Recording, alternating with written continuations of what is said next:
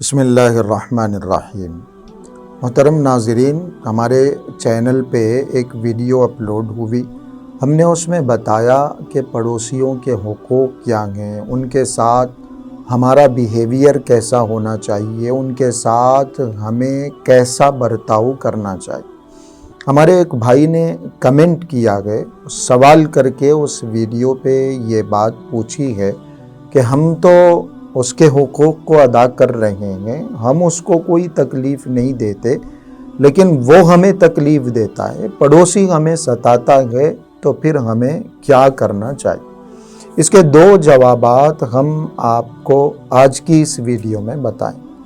اس کا سب سے پہلا جواب تو یہ ہے کہ پڑوسی کی طرف سے جو تکلیف آپ کو پہنچائی جا رہی ہے، سمپل سی بات ہے، آپ اس پر صبر کریں، کیونکہ پڑوسی کی طرف سے پہنچائی جانے والی تکلیفوں پر صبر کرنا بھی بہت بڑی نیکی ہے۔ اتنی بڑی نیکی ہے کہ اللہ رب العزت ایسے بندے کو خاص نظر سے دیکھتے ہیں، اپنی خاص محبت عطا فرماتے ہیں۔ روایت میں ہے، نبی کریم صلی اللہ علیہ وسلم نے ارشاد فرمایا، ثلاثۃ یحبہم اللہ، تین لوگوں کو اللہ پاک پسند فرماتے ہیں، تین لوگوں سے محبت فرماتے ہیں۔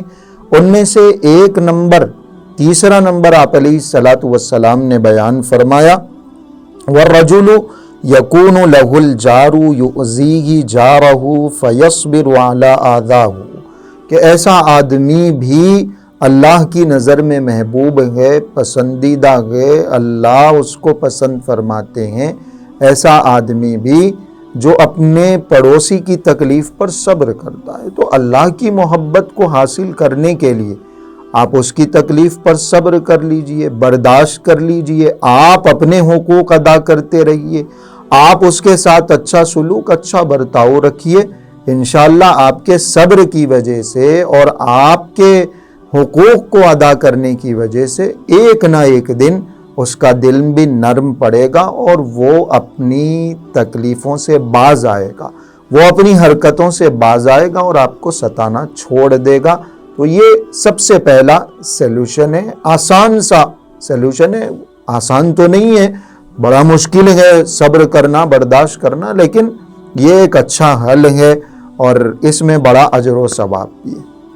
اور دوسرا اس کا جو حل ہے کہ اس کی تکلیفوں سے بچنے کا، نجات حاصل کرنے کا کوئی راستہ نکالا جائے، اس کو سمجھانے کی کوشش کی جائے، کمپرومائز کرنے کی کوشش کی جائے، کسی بڑے سمجھدار آدمی کو جج بنا کے، فیصل بنا کے، تھرڈ پارٹی بنا کے بیچ میں رکھ کے دونوں اپنے اپنے مسئلے کو وہاں حل کروانے کی کوشش کریں۔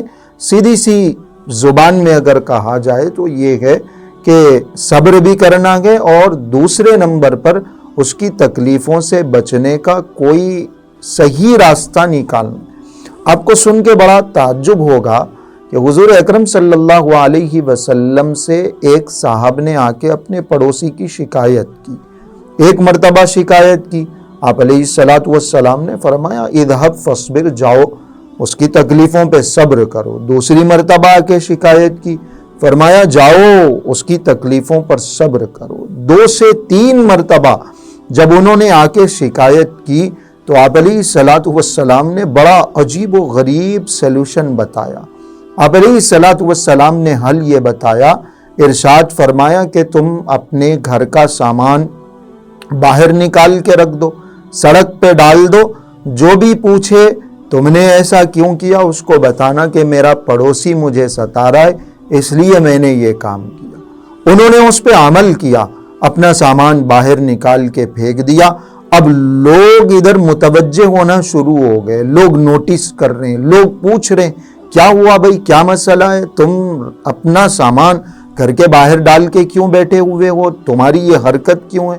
تو وہ سب سے کہنے لگے کہ میرا پڑوسی مجھے ستا رہا ہے، تکلیف دے رہا ہے، بات سنتا نہیں، بات مانتا نہیں۔ تو ہر گزرنے والا اس پڑوسی پر لعنت ملامت کرتا، اس کو گالی دے کے گزرتا، اس کو برا بھلا کہتا ہے۔ تو یہ جو پڑوسی ستانے والا تھا وہ فوراً بھاگتا ہوا آیا، کہنے لگا بھائی تم اپنا سامان اندر رکھو، تمہاری وجہ سے لوگ مجھے برا بھلا بول رہے ہیں، مجھے گالیاں دے رہے ہیں، مجھے بد دعائیں دے رہے ہیں، مجھے یہ برداشت نہیں، جاؤ سامان لے کے چلے جاؤ، آج کے بعد سے میں تمہیں کوئی تکلیف نہیں دوں گا۔ تو یہ ایک حل بڑا خوبصورت آپ علیہ الصلوۃ والسلام نے بتایا۔ تو ایسا ہی کوئی سیلوشن ہم نکال سکتے ہیں، کوئی حل نکال سکتے ہیں، ایسا کوئی طریقہ نکالنا چاہیے جس کے ذریعے سے اس کو تکلیف دیے بغیر، تکلیف کا جواب تکلیف سے دیے بغیر وہ اپنی تکلیفوں سے باز آ جائے، وہ ستانے سے رک جائے۔ ایسا کوئی حل انشاءاللہ ہمارے سوچنے سے یا کسی اور کے سامنے رائے مشورہ رکھ کے اس کے بتانے سے ایسا حل نکل سکتا ہے۔ آپ کا پڑوسی آپ کو تکلیف دینے سے باز رہ سکتا ہے، تو صبر کرنا اور کوئی ایسا راستہ نکال لینا جس کے ذریعے سے وہ اپنی تکلیفوں سے باز آ جائے، رک جائے، یہ دو طریقے ہیں۔ اللہ رب العزت ہم سب کو پڑوسیوں کے حقوق ادا کرنے کی توفیق عطا فرمائے۔ ہم یہ کوشش کریں کہ ہماری طرف سے ہمارے پڑوسی کو کوئی تکلیف نہیں ہونی چاہیے۔